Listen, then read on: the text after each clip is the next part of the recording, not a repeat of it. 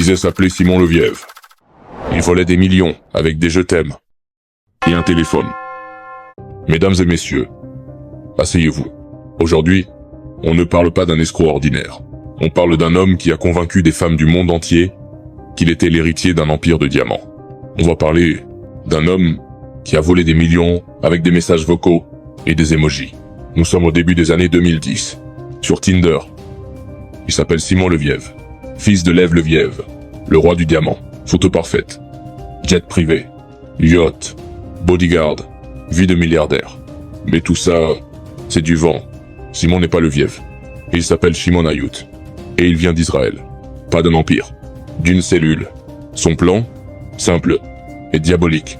Il match, il charme, il fait tomber amoureux. Puis, il dit qu'il est en danger. Mon ennemi m'a trouvé. Je suis surveillé.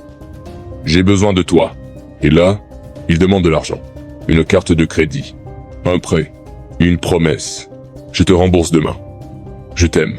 Et pendant que toi, tu t'endettes, lui invite la prochaine victime.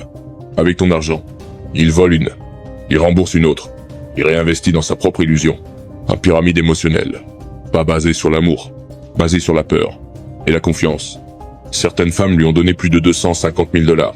Et quand elles n'ont plus rien, il disparaît. Change de ville. Change de prénom. Change de photo. Mais pas de méthode. Ce n'est pas Tinder.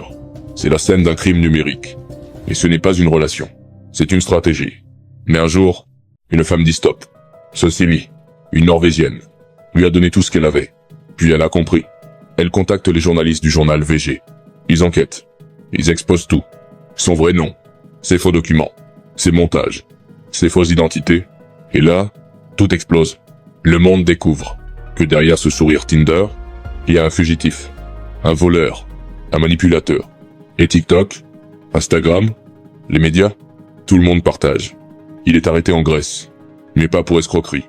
Pour un faux passeport. Il prend 5 mois de prison. C'est tout. Aujourd'hui, il est libre. Il vend sa version. Il vend son image. Il vend son mensonge. Alors que retenir de cette histoire qu'un simple téléphone peut devenir une arme, qu'un « je t'aime » peut cacher une dette, ou simplement que l'amour, quand il est bien emballé, peut coûter plus cher qu'un braquage? Moi, je ne sais pas. Après tout, je ne fais que raconter l'histoire.